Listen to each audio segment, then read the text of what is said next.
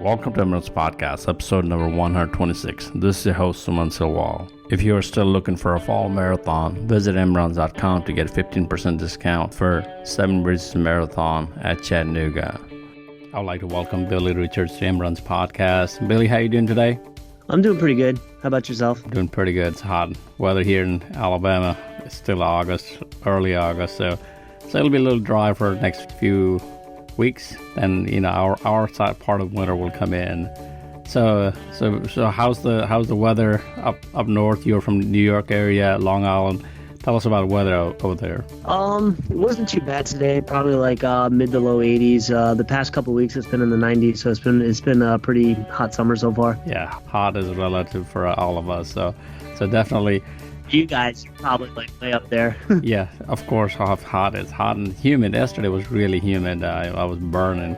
I never felt that way. I guess if you work all day in air conditioning and try to run in hot weather, and in the evening it just doesn't work. So it's just like counterproductive.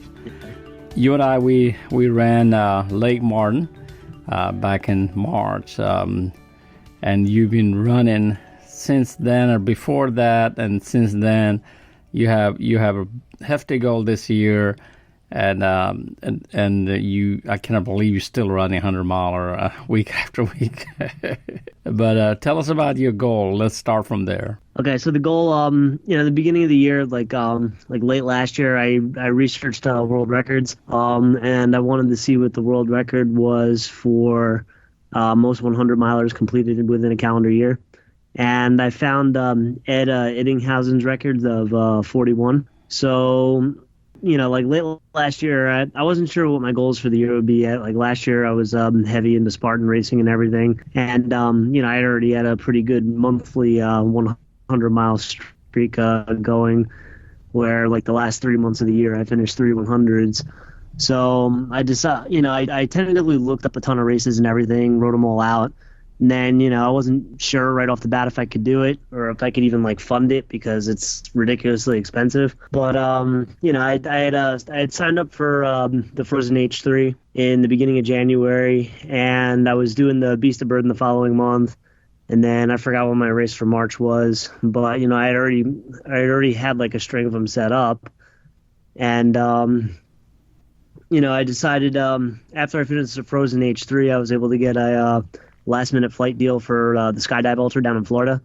So I knocked that one out, and then I found a flight deal for, Houston, so I was able to get to Rocky Raccoon, and then I last-minute decided to sign up for the Lone Star 100, and then by the time I got to the fourth one, I started to think to myself, I think I can do this.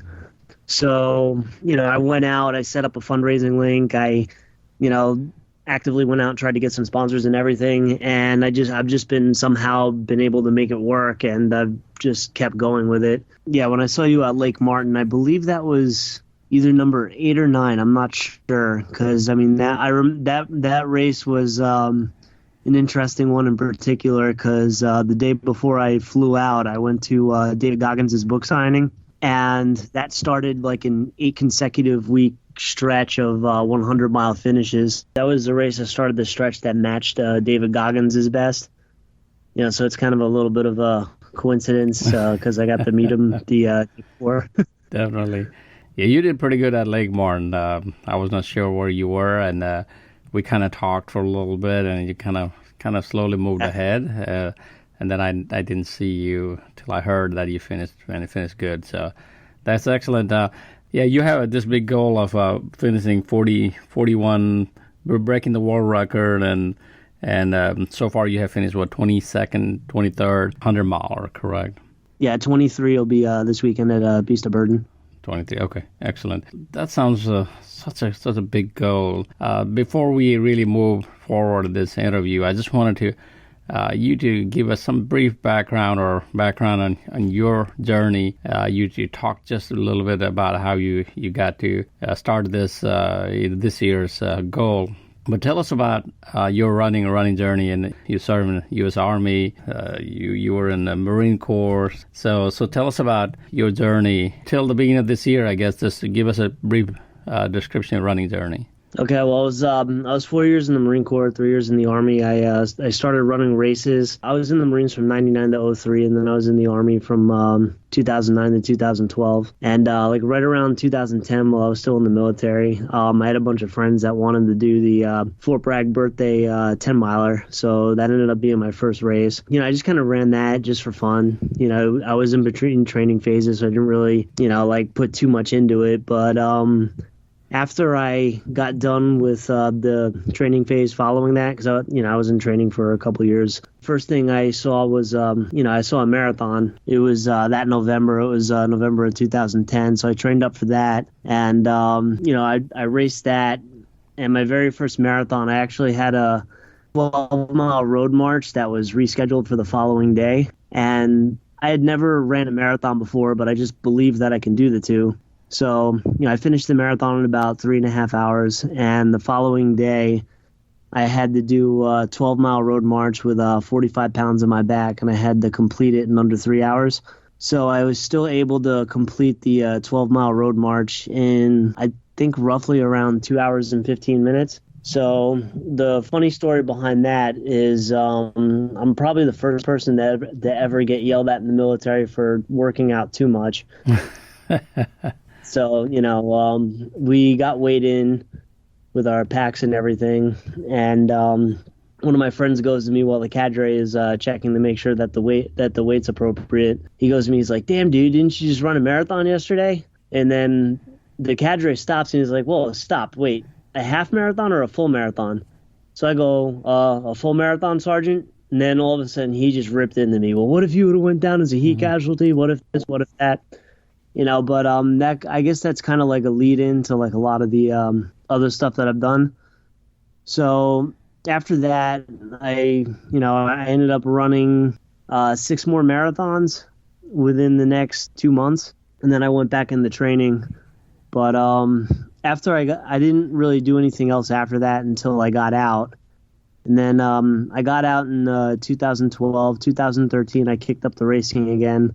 But it was mostly like obstacle racing type stuff and like little local races and stuff like that. And then 2014, I got back into like the obstacle racing and stuff like that. But I started doing everything with a 45-pound pack just to kind of symbolize the struggles and everything that the military goes through.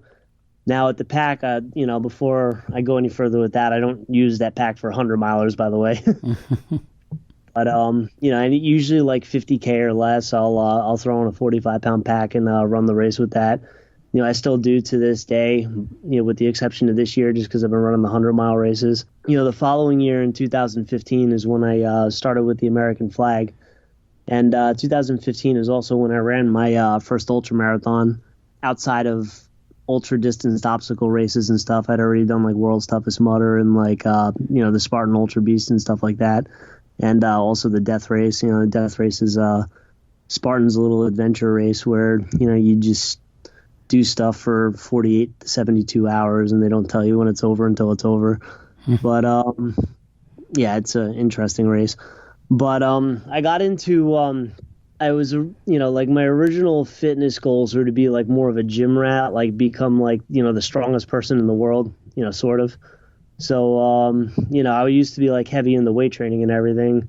And one of the things that got me into ultras is beginning of 2015, I ruptured my tricep tendon lifting weights. So I sustained, which is a pretty serious injury. And, it kind of put me down for the count because I lost use of my arm for a good 5-6 months. So, I got kind of depressed for a little bit, and then I started, I started getting slowly back in the running because I figured as long as I moved my arm a certain way, I was pretty good. But in like that March, I had a few friends that were doing this 70K, which is 43.5 miles on Long Island, and they asked me if I wanted to join them. They had a relay option, but we all did the solo option. So, I decided to get into it, and then, I kind of got hooked on it because I kind of like the way that ultras are run. They're more about strategy and, like getting aid station to aid station, like pacing appropriately. I guess it's kind of like similar to running a mission. So I did that, and then I kind of got hooked into them. And then later on that year, I started running with the American flag and everything. I ran my first 100 miler in August of 2015. And it's kind of funny, too, though, because it's the same race that I'm going to this weekend, the Beast of Burden. And that'll be your 23rd for the year, correct? Yeah, so it'll be 23rd for the year, 33rd overall. I had 10 coming into the year. So before this year, the previous high for hundreds in a year I've ever done was 4, and that was last year. But yeah, so I've made quite a big jump. But yes. Yeah, the very first if you told after my first 100 miler, if you told me I was ever going to do a 100 miler again, let alone another 32 of them, I would have told you were crazy. But my first 100 miler, I finished it, but it didn't go so well. I was hauling ass in the beginning. I did the first 25 miles in like about 4 hours and 20 minutes, and then I did the first 50 in 10 hours and 2 minutes. So I was cruising the entire time. And I'm sitting there thinking to myself, I'm like, wow, I'm going to get a sub 24 my very first 100 miler.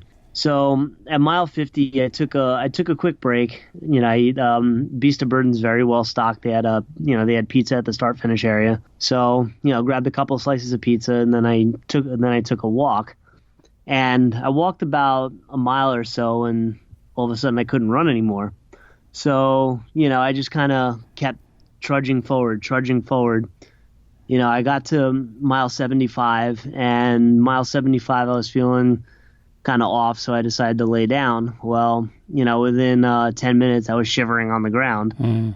So I wasn't sure what was going on. It wasn't really even cold. I think it was still about 80 degrees out, but like my body temperature just dropped dramatically. Race director, he gave me a set of sweats to wear, so I wore the sweatpants for a little bit, dropped them off at the next aid station in my drop bag. I get to turn around and start coming back. About mile 93, my whole world starts to crash on me. I'm like seeing stars. My legs are almost completely seized up. I thought I was done for. I sat down at the aid station, chilled out for a little bit. They threw a handkerchief. It was starting to get really hot out. They threw a handkerchief on the back of my neck. They stood me up, and then, they walked me out to the corner, and then I was on my own. So I get to the mile 98 point, and when mile 98 is at the Beast of Burden, because when you go to the start, when you start the race, you run a mile out to a drawbridge, cross over a canal, and then run a mile back. So when you have 2 miles left of each loop, you can see the finish line across the canal. So it took me an hour to get the last 2 miles in. My legs just shut down completely. My left hip flexor was like the size of a softball. I was pretty much walking on stilts because I couldn't power my own muscles. So I crossed the finish line, and they give me my buckle. I sit down for a little bit. They give me some food and everything. Then when I get done, they go to pick me up, and they told me there was some showers in the bathroom and everything. I go to stand up, and I couldn't move my legs at my own will. Did you have crew or pacer? I had a crew indirectly. I ran the race with one of my friends, and his girlfriend was there. So, I didn't really, ask them for anything, but I just kind of, so I kind of ran on my own. Yeah, they went to pick me up, and I just collapsed to the ground. And they put me to a picnic table, tried to stretch me out and everything, but every time they moved my legs, they felt like they were getting stabbed with a bunch of knives. So when the race was over, they threw me in the car. We drove 7 hours back to Long Island. They carried me to my car. I was still able to drive. I drove back to my driveway, but couldn't get out of the car, so I slept in my own driveway. And then the next day I started throwing status updates on Facebook. I'm like, hey, I don't know what's going on. I need somebody to take me over to the VA hospital, because there's something wrong here. It's a little bit more than just, post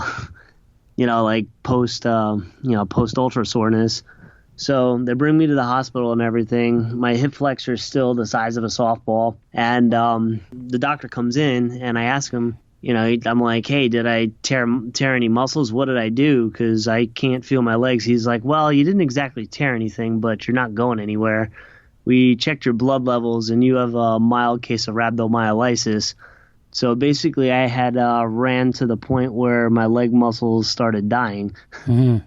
I ended up in the hospital for 3 days after crossing the finish line until they can, flush all the waste byproducts out of my bloodstream. And then a couple days out of the hospital, I decided to run a 5K, do a Tough Mudder, and another 5K in the same day. You knew you were not done, even though you had pretty bad experience coming out.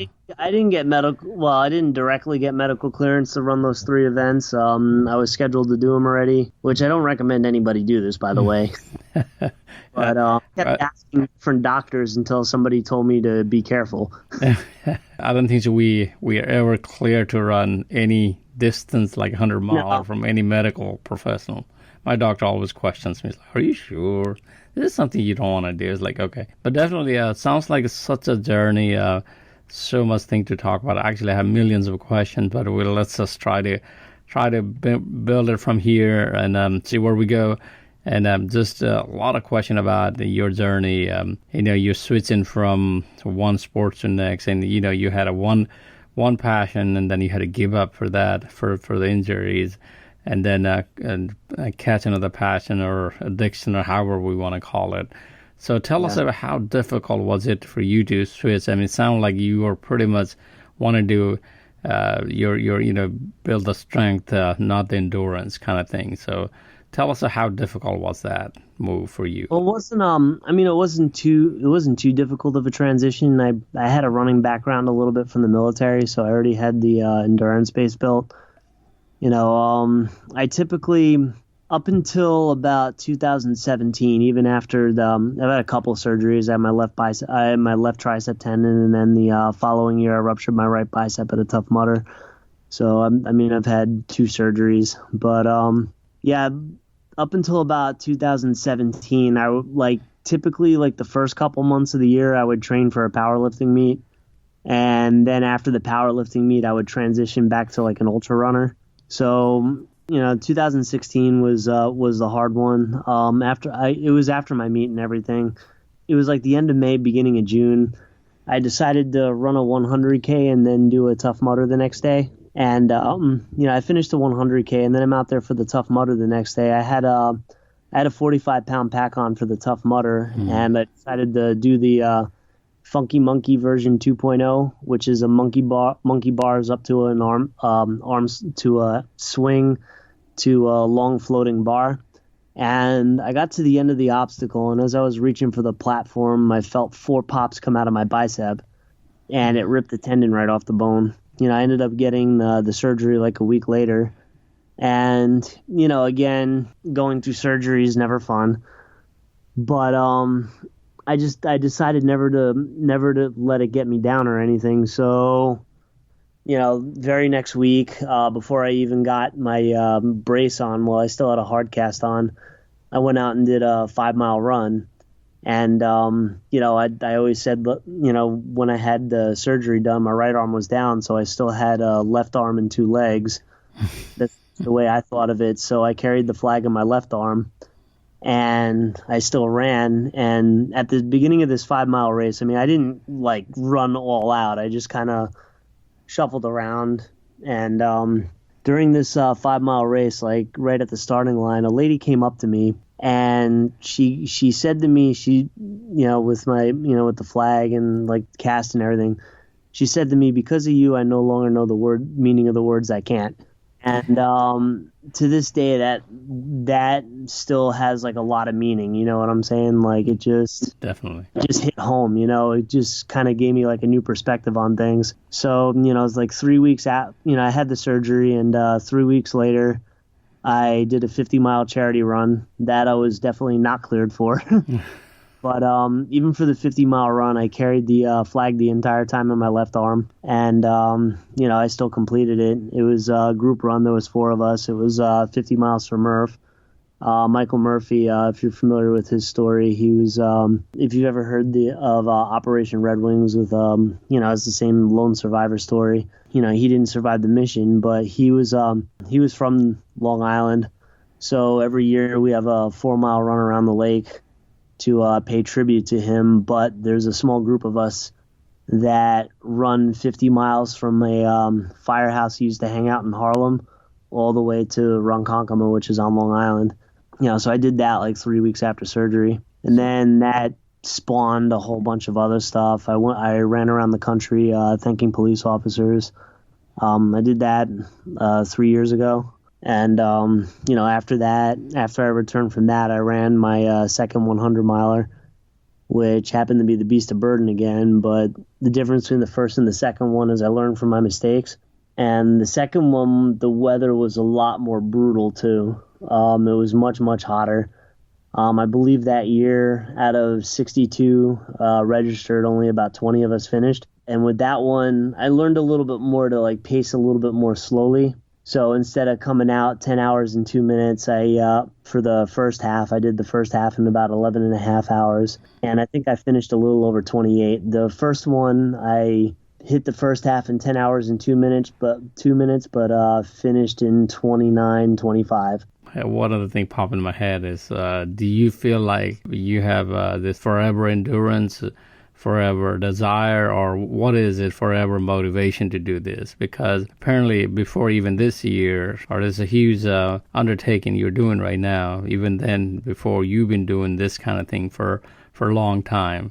How do you get those desire, motivation, whatever you want to call it, to do all this extreme sports? Are you trying to prove to yourself? What kind of motivation is is there something you're trying to prove, saying, like you say, there's no word to say I can't, but is there something you're trying to prove to yourself or community, or how does that, what goes in your mind? I think that's what we wanted to understand. Part of it's about testing limits, and then the other part is, I carry the American flag for everything I do, so that and I also get a lot of support from the community and everything though, so I guess a lot of times, like, I feel as though, like, I'm letting everybody down if I don't finish. You know what I'm saying? Mm-hmm. So, like, after a while, it kind of became more so, like, not about myself, because, anytime you got people supporting you and, like, encouraging you and everything, you always want to succeed a little bit more. So whenever you do this kind of adventure or this kind of challenge, do you try to push it more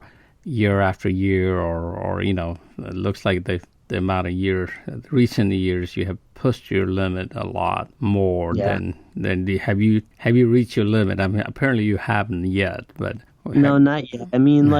This year's been like a kind of a unique challenge in its own. I've had high points. Like the first 15 races of the year, I felt invincible. I don't know exactly what happened, but I either strained or tore my anterior tibialis. It was a little bit worse than the shin splint. I did that at the Bloodroot Ultra. So that knocked me out of the Keys 100 and out of the Iowa Backroads 100. So I ended up with a DNF and a DNS there. But after that, I was able to pull myself back together, and then the pain in my shin went away. I still have a lump there, so I think I tore something. There's been a couple of low points where, I get there and I'm like, I don't want to do this anymore. And then somehow I magically cross the finish line. And, I just kind of stumble through the night and everything. And it's like, oh, I'm here. But, and then there's other days where I just feel like a rock star and like I just crush it. It's been like a back and forth journey. You know what I'm saying though? Yeah, definitely. Running 100, when I was in Lake Martin, I went through a lot of ups and downs, back and forth. Yeah. It's never the same, the emotions and, desire to quit. Then you find that sweet spot and then you just keep going. I want to ask you one more question on this more emotional side of this. How do you handle, like week after week, you're trying to, you have to go through this 100-miler sufferfest or a joy of finishing the race, but especially the emotional low of low from week after week. It takes me a while to bring that back. For you have to be prepared. You said you did 22 last weekend. You were ready to go this weekend, 100-miler this weekend. Tell us about how do you bounce back? I forget about recovery. I just wanted to see this. I want to hear you emotional, roller coaster and bouncing back. How do you do that? Emotionally it's tough. I don't know. It's one of those things where, like, I'm a firm believer, like, in finishing what you started. There are days where I really have to force myself to get out there, and then there's also days, sometimes it helps, like if you have a lot of friends at the race, they kind of help motivate you a little bit, and then there's no better motivator than positivity. Like once you get on a roll, you're motivated and you're in there. Like if you get it's like I guess the worst part is like coming off like a DNF, for example. Like you really got to get your head back into the game the next time. But if you start getting like 2 in a row, 3 in a row, 4 in a row, all of a sudden, like you're on a roll. You just keep going. Definitely. Pain and suffering. Pain is difficult itself. It takes a couple of days to recover from the pain. At the same time that you drain your emotion. It's just so draining. Yeah. It's so hard. It definitely isn't easy to recover from. I mean, especially too because I still work full time during this whole thing. So I'll have like Lake Martin, for example. As soon as I finished that race, I went straight to the airport, and then I flew home, and then I had to be up for work on Monday morning. Wow. Yeah. Yeah. So it's like I would get to the airport. I don't remember exactly how much time I had after Lake Martin because I've done this with tons of other flights. But like usually if I get to the airport like 3-4 hours early, I'll just find the gate my flight's at, and then I'll just I'll set my alarm for like about 15 minutes before it boards, and then I'll just like sleep on the floor, or at least try to. It depends. I mean, sometimes I really feel terrible, and other times I feel okay. It's weird. I mean, there's been a few times where I haven't had any chances to clean up or anything. I mean, I'll swap shoes out, but like I'll walk in, I'll still have like mud on my legs, and I'll obviously even if I change clothes or whatever, you still have that ultra stench. You kind of feel bad for whoever's like sitting next to you on the airplane, but Definitely. Let's talk about this 100-mile journey that you are going through.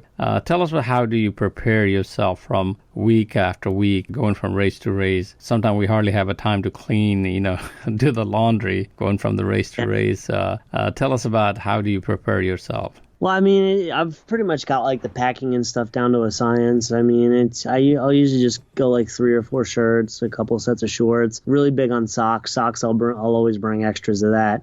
Typically like 6 or 7 sets, depending on how technical the race is, whatever. Usually as soon as I do my laundry, I'll just repack the laundry into my bag. As far as the flag goes, I have the flag on a telescopic pole, so the pole actually shrinks down to the point where it fits into a carry-on. So, I'll have the flag packed in my bag and everything too. I'm also sponsored by a physical therapy place, Performax. So I usually go to physical therapists like twice a week. So during the week, I don't really run at all. I just get stretched out and just do, just work more so like mobility and recovery. Right now, I'm still lifting weights in between though, but I'm not hitting it heavy. You know what I'm saying? I'm just doing like a little bit of light maintenance lifting, just trying to maintain what I got. Because in between events, I do personal training, so I still have to kind of look the part of it. I can't really shrink down too much, So I mean, I don't have the build of a bodybuilder by any means, but I still have to maintain like that really athletic look. You know what I'm saying? Like I can't really get too skinny. So definitely because running week to week, getting recovery, continuous breakdown and recovery. Trying to run 100 miles every week and lift weights is like fighting an uphill battle. It's just trying to prevent yourself from getting skinnier and skinnier.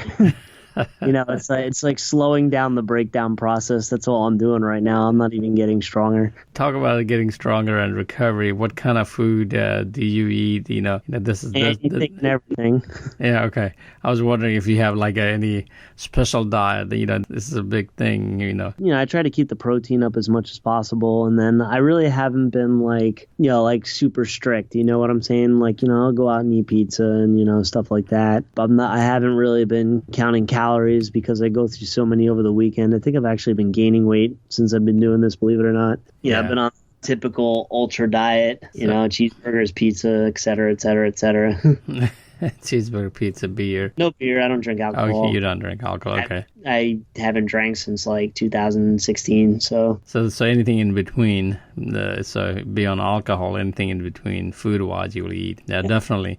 Sounds like you're continuously on the road too. I guess you had to adjust as you go. So as you travel from the city to city, state to state, town to town, trail system to trail system, what is the difficult part for you? The logistics themselves aren't too difficult. I mean, as long as you get the flights ahead of time, and I guess the hardest part about about it. It's just the financial part, just trying to figure out like when to pay for what. I mean, I'm not like a millionaire or anything.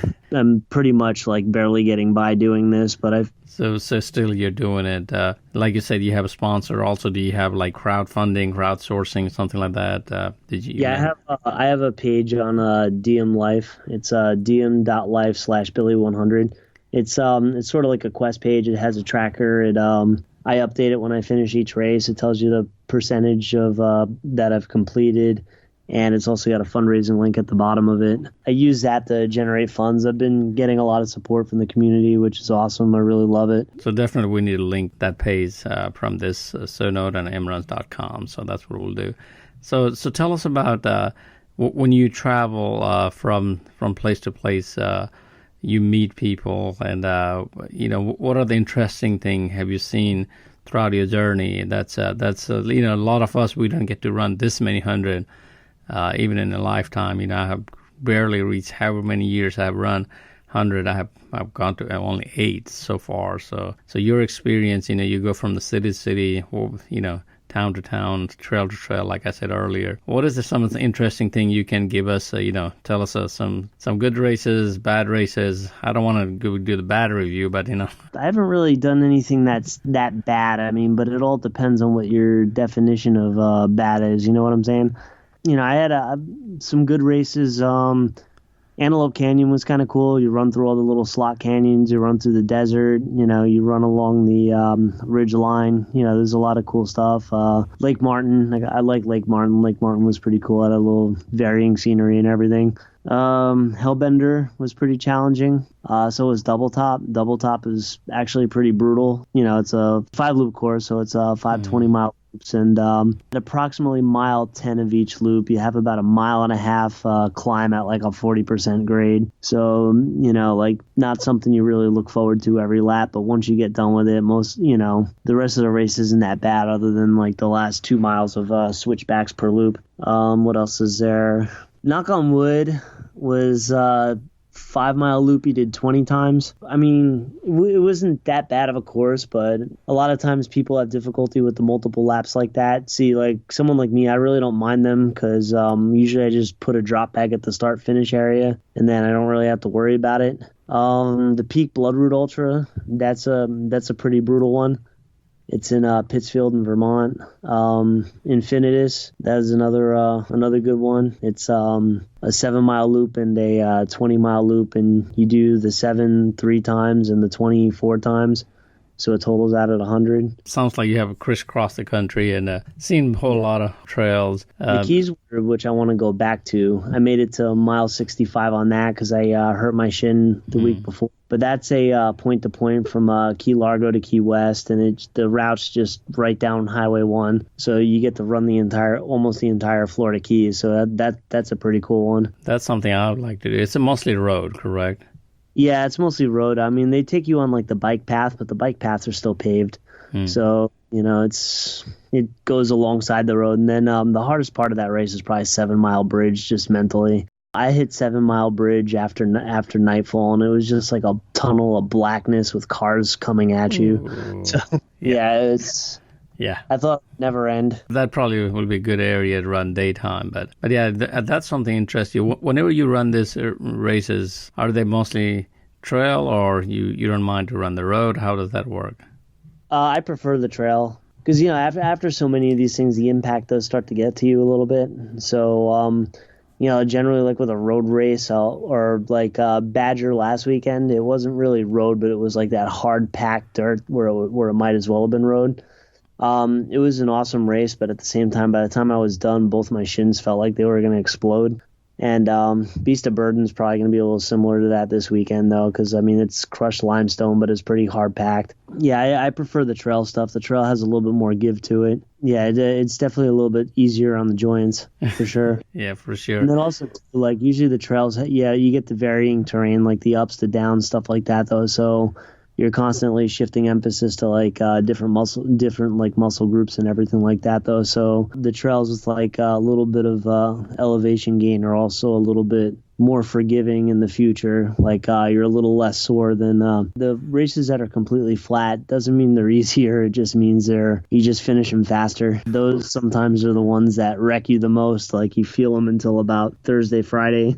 Soreness goes away. You're back out there again. You're just working too hard for those races, I guess. I've realized that some of those flat course. I played it smart with Badger though, because Badger it was a really flat course, but they gave us 36 hours, so that was one that I kind of used. I probably never heard this before, but like as a recovery 100. Yeah, if there is such a thing. There's no such a thing, but yeah, that's a new term for you.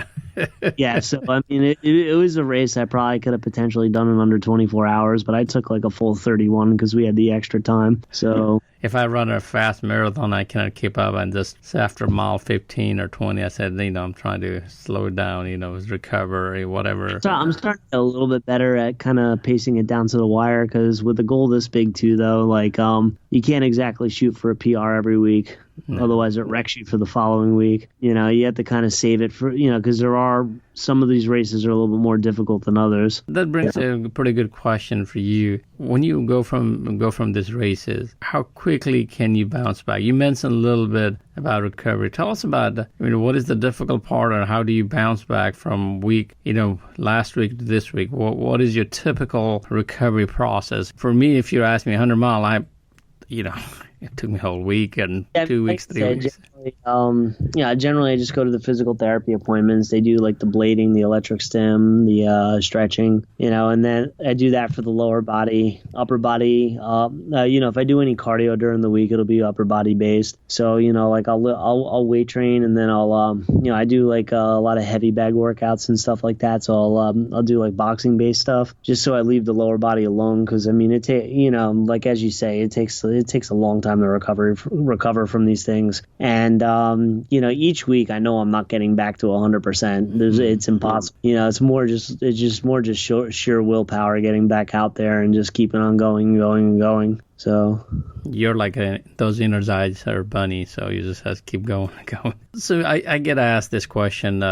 How do you finish 100 miler? And that's what people ask me. The hardest part about a 100 miler is you really have to know yourself. Yeah, because everybody's a little different. One of the best pieces of advice I can give anybody is don't pay attention to what anyone else is doing around you. Because you could have a guy come out of the gate too hard and then crash and burn and just not finish, or you could have a guy that's walking like the first half and then all of a sudden out of nowhere he just gets a burst of speed and still finishes on, you know what I'm saying? Yeah. So like everybody's got a different strategy. Like it also depends too on the race. Like you have to kind of know what you're getting yourself into. If you're going into like a multi-loop race, you got to kind of judge the distance out, figure out like how you want to pace each loop. If the course is flat, usually what I'll do is I'll run a mile, walk a minute, run a mile, walk a minute. I'll hold that strategy as long as I can, and or at least until the 50-mile point. And then after, usually with me though, I'll hold like more of an aggressive pace like the first 50 miles.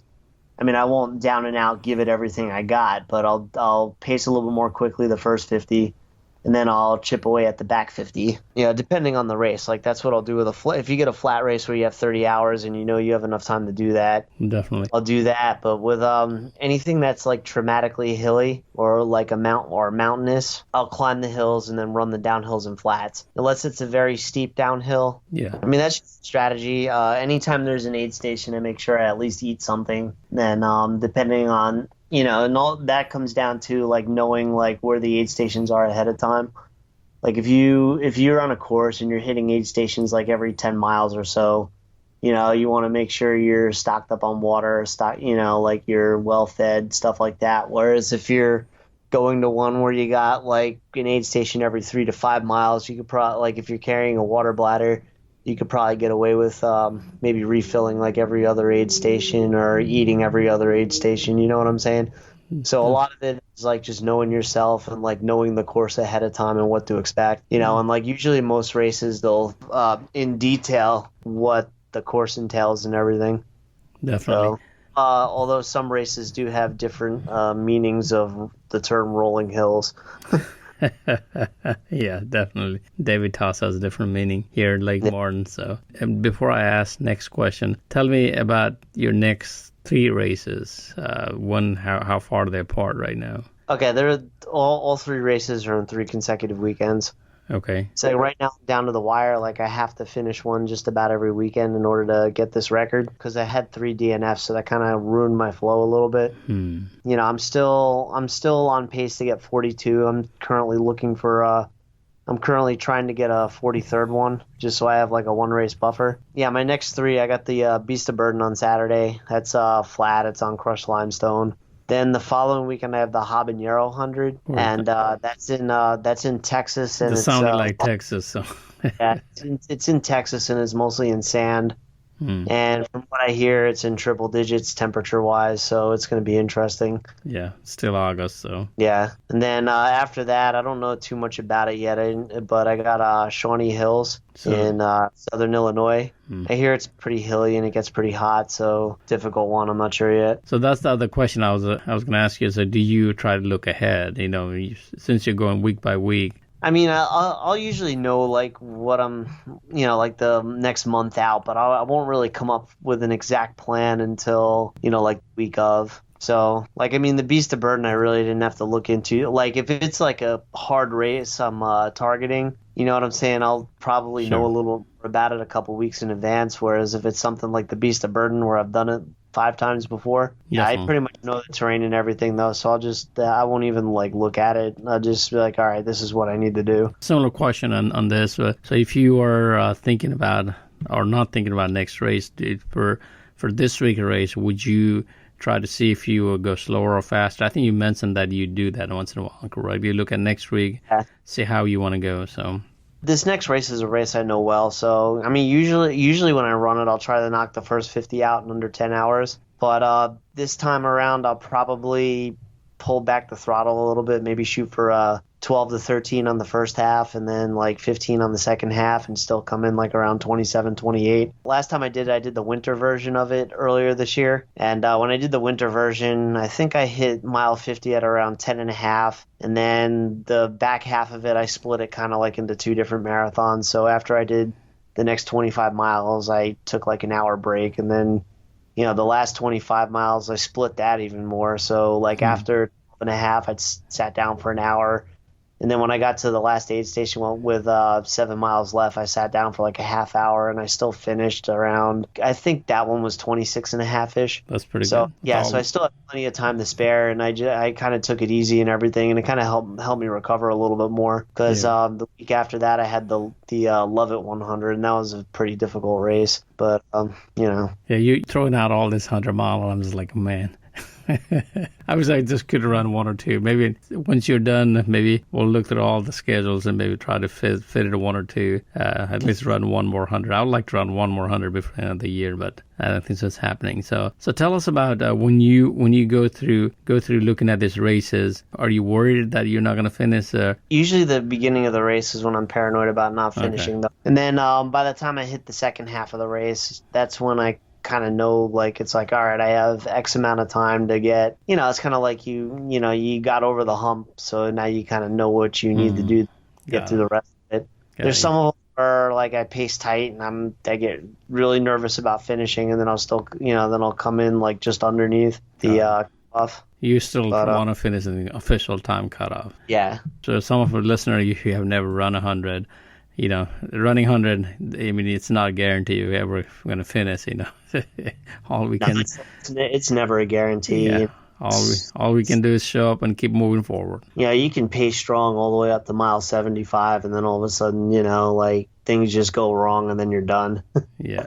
I have friends who had to drop out of Western State mile 96. So that's rough. That's heartbreaking. So tell us about, you mentioned about carrying American flag.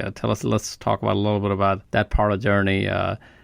We discussed a lot about running. That's a big part of your running. Tell us about where that idea came from, and you do most of the races. Do you do training run too, or just the races only with American flags?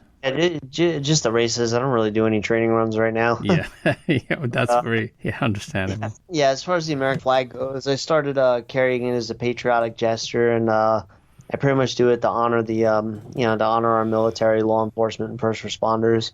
So I mean, that's in a nutshell pretty much why I carry it. And it's not too bad. Like if I'm in an open space, I'll keep the flag unfurled and open the whole time. If I go into the single track areas in the woods, I roll it up so it doesn't catch on any branches or anything like that. Because the last thing I want to do is rip the flag while I'm out there. So I keep the flag pretty well protected, and it does make it a little bit more difficult in some scenarios, like especially like steep uphills and downhills where I don't have two free hands. But for the most part, it's not too difficult to carry. It's a pretty light flagpole. It is your standard 3x5 flag though, so it's pretty big. Is it heavy for you? I mean, I saw you carrying that at Lake Martin. I still have that video. So is it heavy to carry that flag, or? Not really too bad unless it's a very windy day. If it's a windy day, it's like running with a parachute on your back. Is it uncomfortable? And sometimes, running 100, sometimes. So definitely, but it's still part of your journey. Is you have to have this. You have to have American flag to carry. Correct. Yep. Have you replaced any since you started this year? This year, no. So. The current one I've ran over 300 races with, so I've had it for a while. It is starting to get a little faded and a little stained, so I haven't made up my mind yet whether or not I want to replace it at the end of the year. I think it's the end of the year. I say retired, maybe sell for the charity. Yeah, I'll probably do something like that. I mean, I'll always run with the flag, but it's kind of strange though because it's kind of special to me, so it'd be hard to let it go. I'm not sure yet. Yeah, that's like at that point, because I mean, after this year's over, I'll probably retire it for a new one. I'm not sure yet. Yeah, it's like you're something to carry you on. It's what you call comfy blanket, and those motivation. I think there's a combination of many things you do with that flag, and that helps you to move forward. That's what I feel. After running so many races with it, it just becomes a part of you. Yeah. You're like a Mr. America with a with that flag. So definitely. Hey, that may be the name when we have to call you. So, as you travel around the country, when you see people, what kind of reaction do you get from people about your whole journey? It's been a pretty positive one. It's it's been most people I find are inspired by it. I haven't really received any negative reactions yet. So. That's inspirational. I see a picture every week. You're out there, and Lake Martin was 6 months ago. So I've done hundreds ever since. So Billy, we talked about so many different aspects of your running journey, 100-miler, this year's challenge, and so on. So many different things you're doing, trying to finish this challenge and try to achieve this goal. Before we close this interview, just give us a words of advice to all our listeners. Some of them are ultra runners, some of them never ran ultra, they're marathoners. Give us them a words of advice about testing your limit, trying that, and see how far you can go. Get yourself inspired and other people inspired along the way. Give us words of advice. I guess the biggest words of advice I can give are just to come in with a game plan. I mean, especially with the 100-mile distances, just kind of ask people what they do, but at the same time, though, like, you always want to go in with like a pacing plan, a nutrition plan. I mean, it can be loose too, though. Like, like what I do, I don't really count it down to the calorie. I'll just make sure I eat at aid stations and, make sure I stay topped off on water and everything, though. But you always want to come into it with some kind of plan and, kind of know where you're at pace-wise. I mean, that's probably the best advice I can give to anybody is just to come into it prepared. What about testing the limit? As far as testing the limit goes, just figure out why you want to do it and just remember why. You know what I'm saying? Every time you get to the point where you want to stop, just remember why you're out there doing it. When it comes to pushing your limits, it's all mental. You know what I'm saying? Like generally your the mind quits before the body does. Generally, I mean, obviously there's other exceptions, but for the most part, the mind quits before the body. Like the biggest thing about it, though, especially with a 100, just put one foot in front of the other, and then whatever happens, happens. For me, it's usually what I say is if your mind and body quits, run too hard. Yeah, that's a good one too. If you want it bad enough, you're gonna achieve it. It's always once you line up, you gotta finish that. And a lot of it too, though, is I also forget to mention this, though. You just have to believe in yourself. That's the biggest thing. Because the minute you start doubting yourself, then everything just goes down the drain. You mentioned that running 100 miles, you doubt so much about yourself. Why? Yeah. You'll start doubting yourself at some point, though. But, you just have to just believe that you're going to finish, it's definitely.